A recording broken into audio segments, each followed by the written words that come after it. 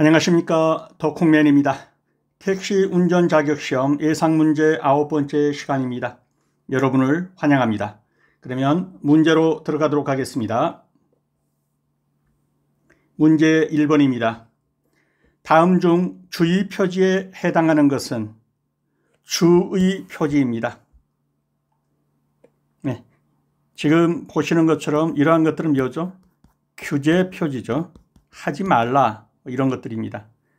5.5톤 초과는 진입하지 말라.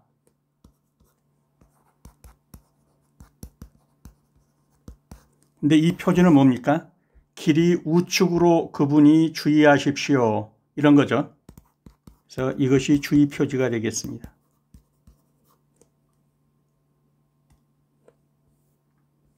조금 더 자세히 보면요, 지금 보고 있는 것들이 다 주의 표지입니다.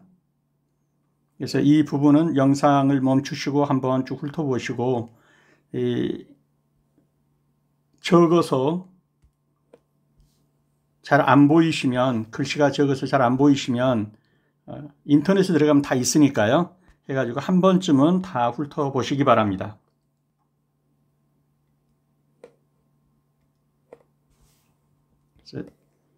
각자 개인이 보시는 걸로 하고 넘어가도록 하겠습니다. 그래서 여기서 보시는 것이 주의 표지고요. 그 다음에 보시는 것이 규제 표지입니다. 규제 표지도 한 번쯤은 눈여겨봐 두시기 바랍니다. 그래서 규제 표지는 주로 어떻게 생겼는지 대강 감이 오셨죠? 전부 이런 식으로 이렇게 있으면 이런 식으로 또는 이런 식으로 하지 말라, 규제가 들어가는 것이죠. 그 다음에 보시는 것처럼 이제 이런 표지는 5.5톤을 초과하는 차는 출입을 금지한다 라는 이런 표시가 되겠습니다. 그래서 다음 중 주의 표지에 해당되는 것은 2번이 정답이고요.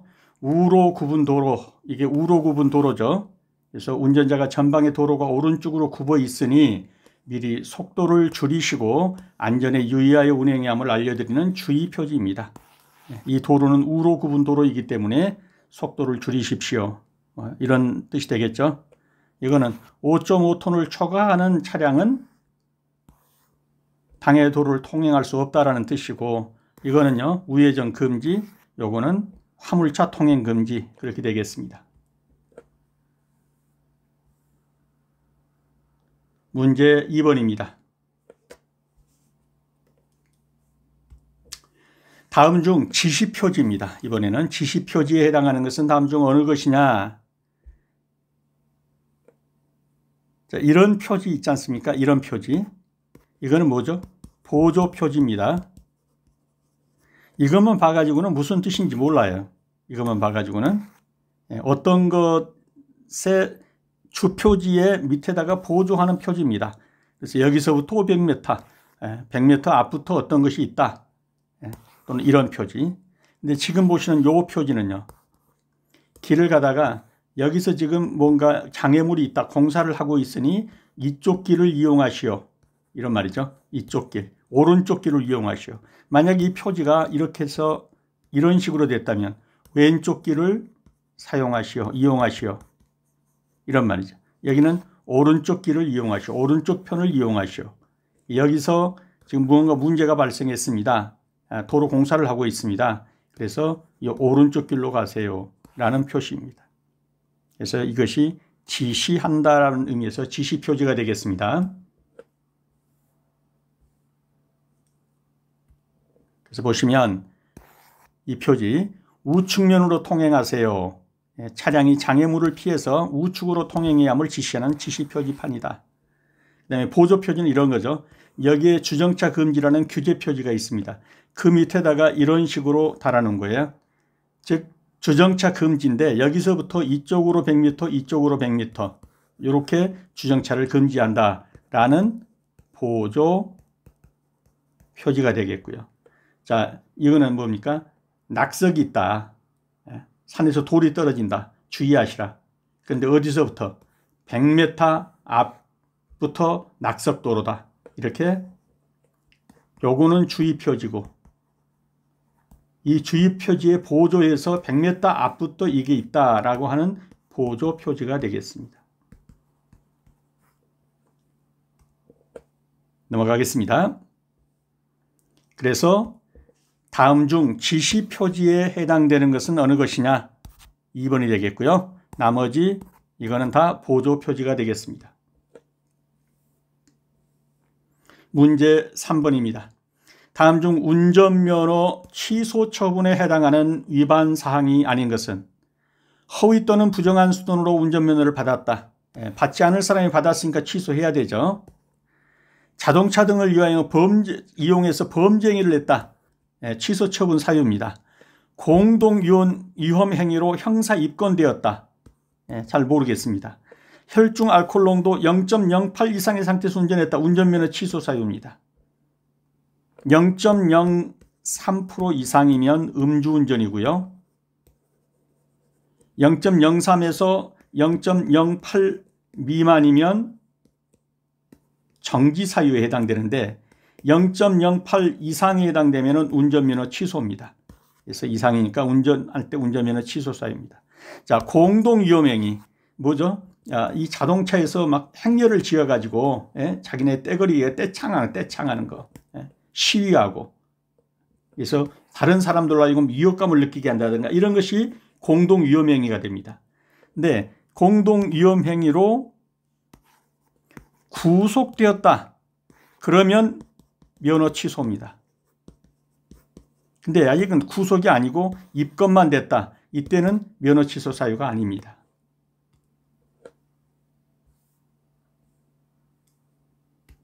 그래서 면허 취소 정지에서 91조 1항과 관련해서 별표에 28에 이렇게 나와 있습니다. 시행규칙 별표에 공동위험행위는 뭐한다? 위반해서 구속된 때 이때 취소합니다. 난폭운전도 위반해서 구속된 때 이때 취소합니다. 속도 위반은 위반해서 최고 속도보다 100km/h 시속 100km를 초과한 상태 이때 속도 위반 운전면허 취소입니다. 그것도 3회입니다. 3회 이상 초과 속도로 운전했다. 그 다음에 정기적성검사를 받지 아니하고 적성검사 만료일로부터 1년이 지나도 받지 않았다. 그러면 여기서 취소합니다. 1년을 초과한 때. 수시적성검사에 불합격하거나 수시적성검사 기간을 초과한 때 취소입니다. 행정처분 기간 중에 또 운전했다. 운전면허 정지 기간 중에 운전했다라든가 이럴 때도 운전면허 취소입니다. 그래서 운전면허 취소 사유 정확하게 알아두시기 바랍니다.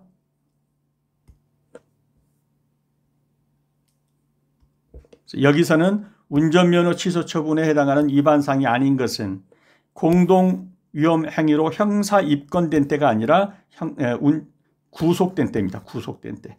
그때 운전면허가 취소됩니다.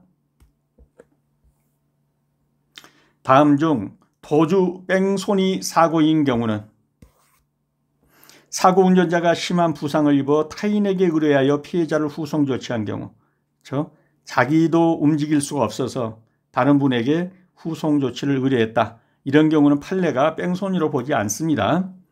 피해자를 병원까지만 후송하고 계속 치료를 받을 수 있는 조치를 해주고 병원 측에 연락처도 남겼다. 이런 경우에도 뺑소니로 보지 않습니다.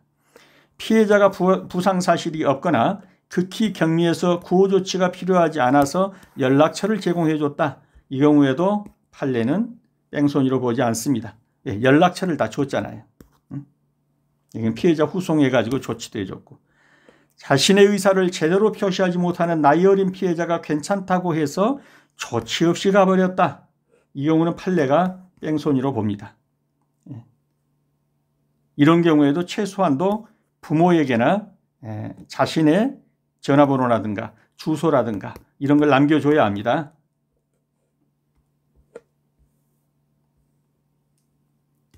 판례를 중심으로 한번 보겠습니다.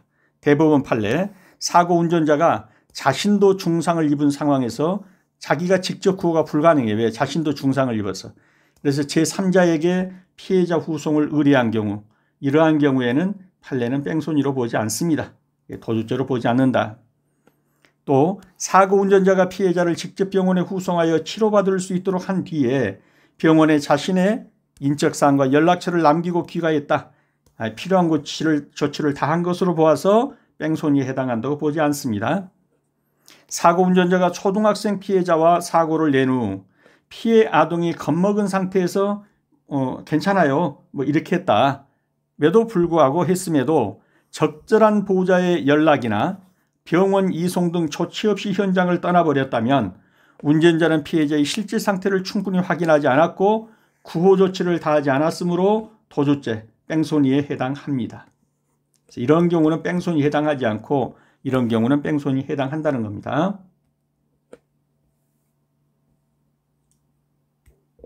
그래서 자신의 의사를 제대로 표시하지 못하는 나이 어린 피해자가 괜찮다고 해서 아무런 조치 없이 그냥 가버렸다. 뺑소니입니다.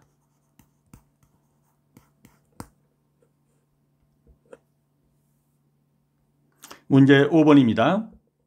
운전 중 피로를 푸는 방법으로 적합하지 않은 것은 운전 중에 계속 피곤함을 느끼게 된다면 운전을 지속하기보다는 차를 멈춰서 휴식을 취하는 게 낫습니다. 지루하게 느끼거나 졸음이 올 때는 최대한 빨리 도착지로 향한다? 이렇게 해서 과속하면 문제 생기겠죠. 지루하게 느끼거나 졸음이 온다면 창문을 열어서 환기를 시키든지 아니면 잠시 내려서 바람을 좀 쏘인다든지 어떤 다른 방법을 취해야 되는데 최대한 빨리 도착지에 도착하려고 하는 것은 피로를 푸는 방법은 아니죠. 정기적으로 차를 멈춰 차에서 몇 분 동안 산책을 하거나 가볍게 체조를 한다. 맞습니다. 차 안에는 항상 신선한 공기가 충분히 유입되도록 한다. 맞습니다. 틀린 것은 2번이 되겠습니다.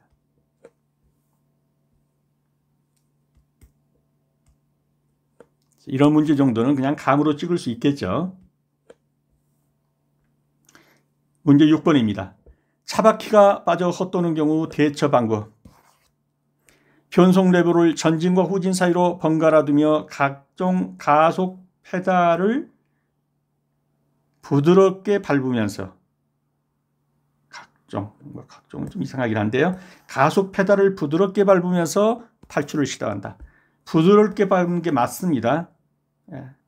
소위 말해서 세게 밟으면 그 자리만 파이고 속으로 바퀴는 더 들어가게 되죠.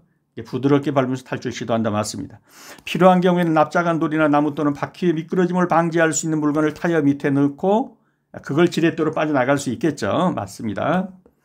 진흙이나 모래 속을 빠져나오기 위해 물 위에서라도 회전수를 올린다. RPM 올려봐야 바퀴가 더 파고 안으로만 들어가죠. 그래서 이것은 방법이 아니죠. 주위 사람들을 안전지대로 피하게 한 뒤에 시동을 건다. 맞죠? 그래서 틀린 것은 3번이 되겠습니다. 그래서 진흙이나 모래 속을 빠져나오기 위해서 무리하게 엔진 회전수 RPM을 올리게 되면 엔진은 과열되고 변속기는 손상되고 타이어는 마모되면서 더 깊이 빠져 들어가게 됩니다. 문제 7번입니다. 고속도로에서 타이어에 펑크가 난 경우 고속도로에서 타이어에 펑크가 났습니다. 옳지 않은 것. 운행 중 타이어가 펑크 났을 경우에는 핸들이 돌아가지 않도록 견고하게 잡고 펑크가 나면 그쪽으로 확 쏠리겠죠. 그래서 핸들을 견고하게 붙잡고 비상경고등을 작동시킵니다.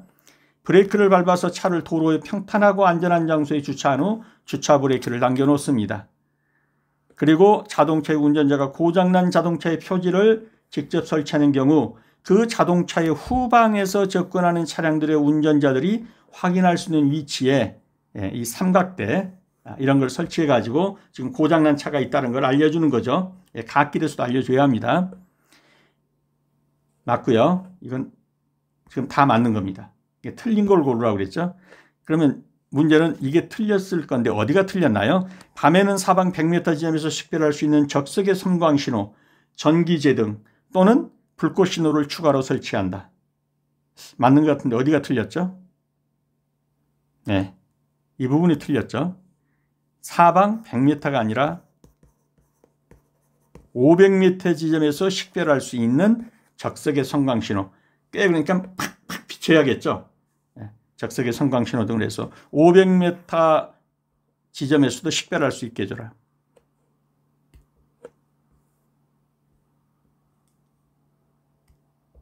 그래서 도로교통법 시행개칙 규칙 40조에 나와 있습니다. 이렇게 해서 자동차가 고장났다면 이런 표지를 설치해줘라. 안전삼각대를 표시해주고 사방 500m 지점에서 식별할 수 있는 적색의 성광신호, 정기제, 불꽃신호를 해야 한다. 다만 이때는 어떤 때? 밤에 고장이나 그 밖의 사유로 고속도로 등에서 자동차를 운행할 수 없게 되었을 때로 한정한다. 그래서 밤에 사고가 났을 때는 사방 500m 지점에서 식별할 수 있는 불이 번쩍번쩍하는 적색의 섬광신호 또는 전기제 등 불꽃신호 이런 걸 설치해 줘야 한다.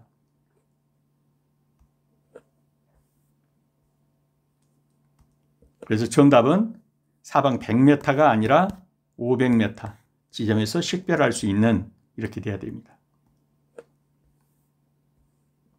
문제 8번입니다. 다음과 같은 특성을 가진 타이어는 접지 면적이 크다. 타이어 수명이 길다. 트레이드가 하중에 의해 변형이 적다. 스탠딩 웨이브 현상이 잘 일어나지 않는다. 고속으로 주행할 때는 안전성이 크지만 저속 주행을 하면 좀 핸들이 좀 무겁다. 대부분이 장점이죠. 그러면 이런 타이어를 거의 쓰겠죠. 지금 현재 승용차 타이어의 거의 대부분은 이 타이어입니다. 어떤 타이어죠? 레디얼 타이어라는 겁니다.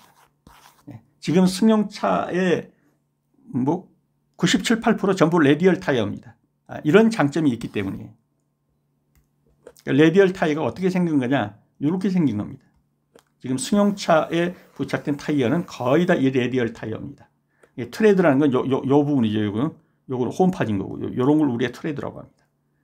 그 다음에 이 옆에 이 부분을 뭐라고 그러죠? 사이드월.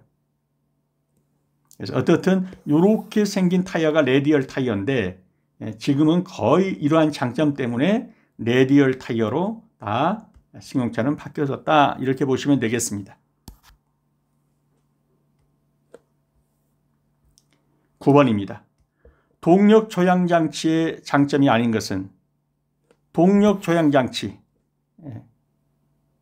파워핸들이죠. 파워핸들. 조금만 조작해도 잘 움직이죠. 조작력이 작아도 된다. 동력으로 조향장치를 돌려주니까요.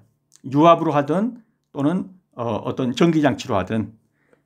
기계식에 비해 구조가 단순하고 값이 싸다. 틀렸죠. 기계식에 비해서 구조가 복잡하고 값이 비쌉니다. 왜냐하면 유압작동으로 하든 또는 어떤 전기작동으로 하든 구조가 기계식에 비해서 복잡하죠. 단순하지 않죠. 값도 비쌉니다. 싸다 그러니까 틀린 거죠. 정답은 2번이 되겠고요. 노면에서 발생한 충격 및 진동을 흡수한다. 어느 정도 그렇게 진동이나 충격을 흡수해 줍니다. 앞바퀴가 펑크 났을 때 도향핸들이 갑자기 꺾이지 않아서 위험도가 낮다. 그렇게 설치되어 있습니다. 그래서 정답은 2번입니다.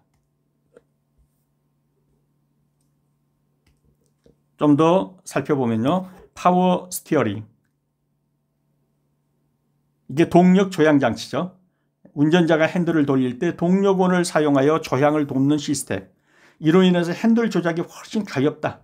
적은 힘을 들이고도 핸들이 잘 돌아간다. 그래서 이러한 파워 스티어링 시스템이 장착된 핸들을 파워 핸들이라고 한다. 동력 조향 장치 역할. 자동차의 조향 시스템에 동력을 추가하여 운전자의 조작 부담을 줄여주고 주행 편의성을 높이는 것이 바로 동력 조향 장치이다. 유압식도 있고 엔진의 힘을 이용해서 유압을 하는 유압식, 전동식 파워도 있다. 그래서 유압으로 엔진으로 유압을 구동시켜 가지고 파워링을 일으키는 것도 있고 전동식으로 파워링을 일으키는 것도 있다. 모터를 사용해서. 그래서 동력 조향 장치의 장점인 것은 적게 돌려도 잘 돌아간다. 조작력이 작아도 된다. 노면에서 발생한 충격을 흡수할 수 있다. 앞바퀴가 펑크 났을 때 휙 꺾여서 돌아가는 그런 위험도가 낮다. 기계식에 비해서 구조가 복잡하고 값이 비싸다. 단순하고 싸다 그랬으니까 틀린 것이고요. 2번입니다. 문제 10번입니다. 자동차가 고속으로 주행하여 타이어의 회전 속도가 빨라지면 접지부에서 받은 타이어의 변형이 다음 접지 시점까지 복원되지 않고 어디서 들어본 말이죠. 접지 뒤쪽에 진동 물결 같은 뭔가가 일어나는데 이러한 파도 치는 현상 같은 걸 뭐라고 그런다? 스탠딩 웨이브라고 한다. 스탠딩 웨이브 현상은 타이어 공기압이 부족한 상태에서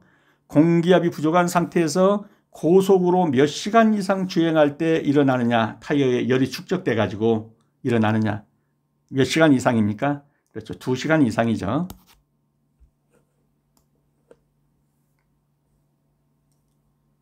그래서 스탠딩 웨이브 현상 이런 것인데 2시간 이상 고속으로 주행하면 타이어에 열도 받고 해가지고 공기압도 적은 타이어가 열받으니까 이제 늘어져 가지고 고속으로 달리면 꼭 멀리서 보면 파도 치는 것처럼 보이는 웨이브 현상이 일어난다 해가지고 스탠딩 웨이브 현상이다 이렇게 말한다는 거죠. 11번입니다. 후천적으로 형성되는 조건 반사 현상으로 무의식 중이었던 것을 반복적으로 행할 때 자신도 모르게 생활화된다. 계속 반복적으로 행했더니 생활화됐다. 이게 습관을 말하는 거죠. 답은 4번 습관입니다.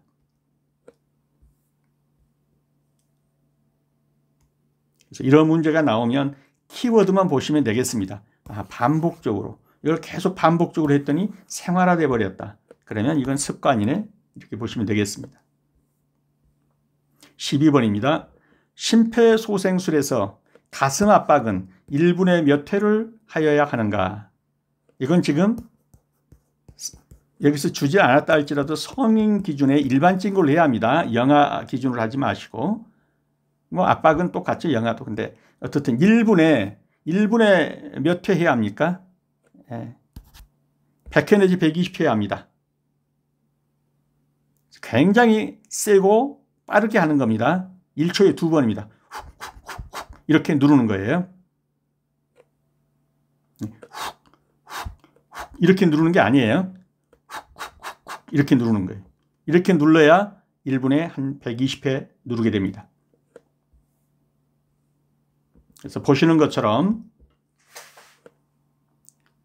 여기와 여기 사이의 중간 부분쯤에 두 손을 올려서 가슴 압박 30회에 호흡 2번입니다. 가슴 압박과 인공호흡의 반복이 30회 가슴 압박에 2회 인공호흡 119호도로 기다려라.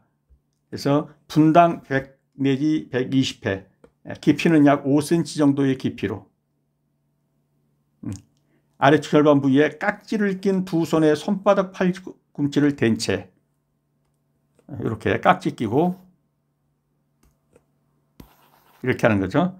그리고 30회를 한 다음에 이렇게 코를 막고 입에다 마우스 투 마우스 입에다 대고 바람을 불어넣는 겁니다. 그래서 심폐소생술에서 가슴 압박은 1분에 몇 회 하는가? 100회에서 120회입니다. 초당 2번 한다고 보시면 되겠습니다. 영아는 어떻습니까? 심폐소생술에서 영아의 가슴 압박은 어떻게 실시하는가? 영아는 어떻게 하죠? 두 손 모으고 누르면은 아이 가슴이 어떻습니까? 갈비 다 부러지죠. 그래서 그렇게 하면 안 됩니다. 그래서 손가락으로 합니다. 손가락. 두 손가락으로 실시합니다.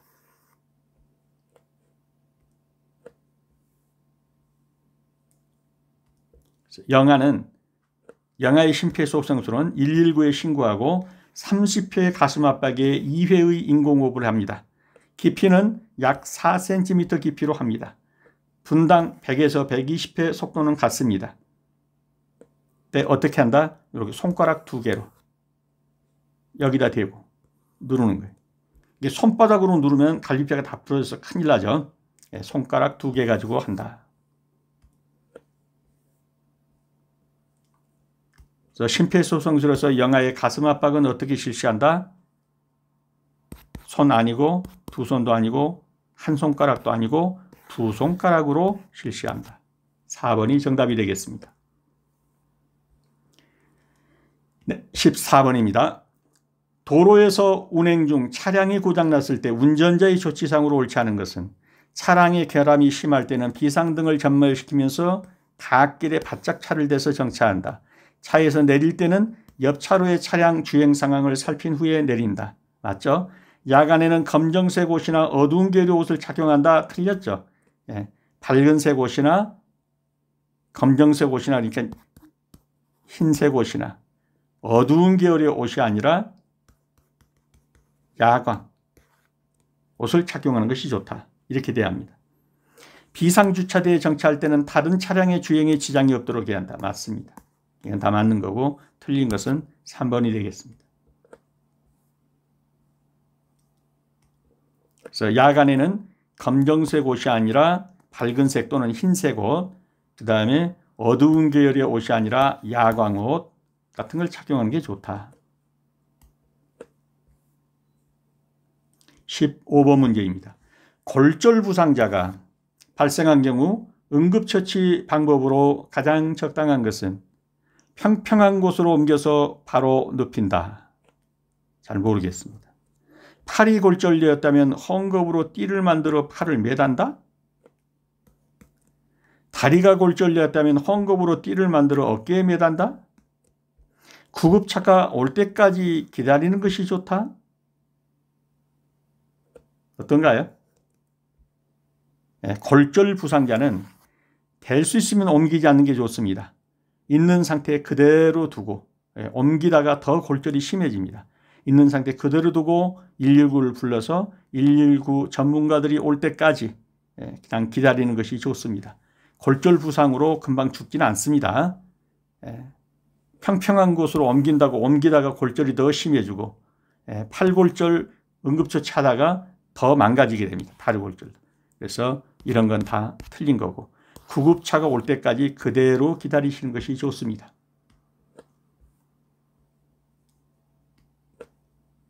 그래서 골절 부상자를 잘못 다루게 되면 오히려 더 위험해질 수 있기 때문에 구급차가 올 때까지 그대로 기다리는 것이 바람직합니다.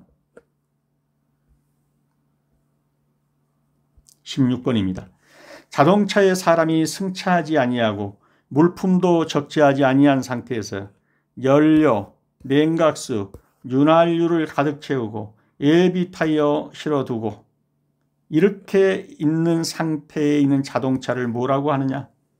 용어가 뭐냐? 이걸 지금 묻고 있는 겁니다. 쉽게 말해서 아무도 안 타고 아무 물건도 안 실은 거예요. 있는 것은 연료하고 냉각수, 윤활유만 들어있고 예비 타이어 하나 들어있고 이런 상태를 뭐라고 그러죠? 공차 상태라고 그러죠. 아무도 타지 않았고 아무 짐도 안 실었습니다.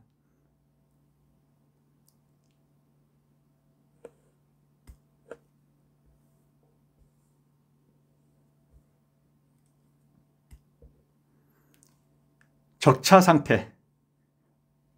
공차 상태의 차량에 승차 정원이 탑승하고 최대 적재량의 물품이 적재되면 그게 적차 상태가 되죠.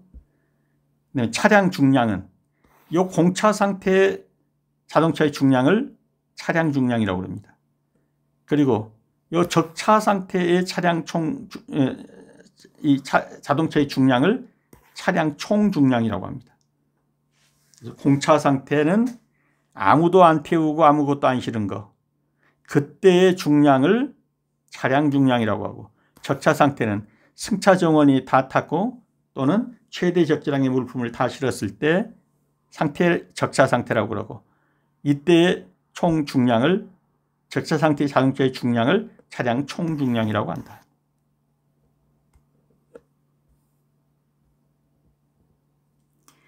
(17번입니다) 여객자동차 운수사업법에 따른 중대한 교통사고에 해당하지 않는 것은 중대한 교통사고,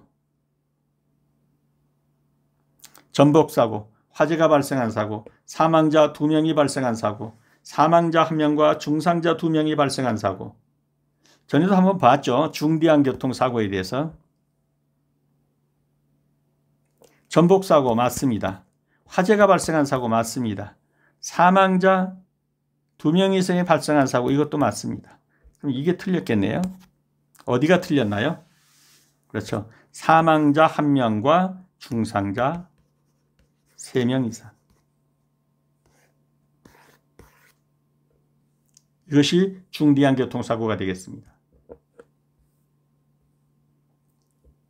그래서 여객자동차 운수사업법 시행령 11조에 중대한 교통사고가 규정되어 있습니다. 대통령령으로 정하는 수 이상의 사람이 죽거나 다친 사고란 다음 중 어느 하나에 해당하는 사고가 해당이 된다. 그런데 이 중대한 교통사고는 사망자가 2명 이상이면 중대한 교통사고입니다. 사망자 1명에 중상자 3명, 중상자 6명.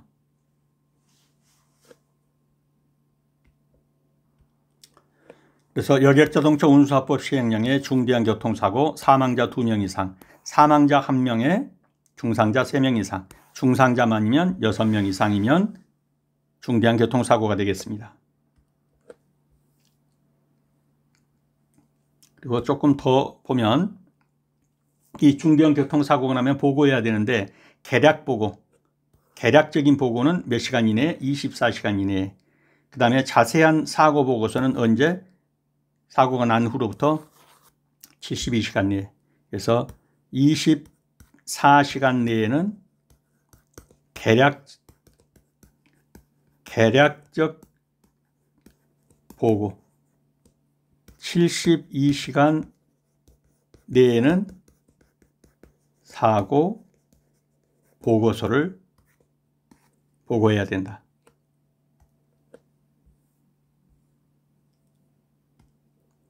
그래서 여객자동차 운수사업법에 따른 중대한 교통사고에 해당하지 않는 것은 중대한 교통사고, 전복사고, 화재 발생사고, 사망자 2명 이상이 발생한 사고, 사망자 1명에 중상자 3명 이상 인 사고. 근데 여기서 2명 그랬으니까 이 부분이 틀렸죠. 정답은 4번이 되겠습니다. 교통사고 조사 규칙에 따른 대형 사고에 대한 내용으로 적합한 것은 이제는 대형 사고입니다. 대형 사고 조사 규칙에 따른 대형 사고. 대형 사고는 어떤 거죠? 3명 이상이 사망하거나 20명 이상의 사상자가 발생한 사고를 대형 사고라고 합니다. 정답은 3번이 되겠네요. 사망하거나입니다. 사망하고가 아닙니다. 사망하거나 오화죠. 오화. and가 아니라는 겁니다. 사망하고 그리고 20명 이상 이게 아니라 사망하거나 또는 20명 이상의 사상자가 발생한 사고. 그러면 조사 규칙에서 말하는 대형 사고다. 그래서 교통사고 조사 규칙에 의하면 대형 사고란 3명 이상이 사망하거나 20명 이상의 사상자가 발생한 사고를 말합니다.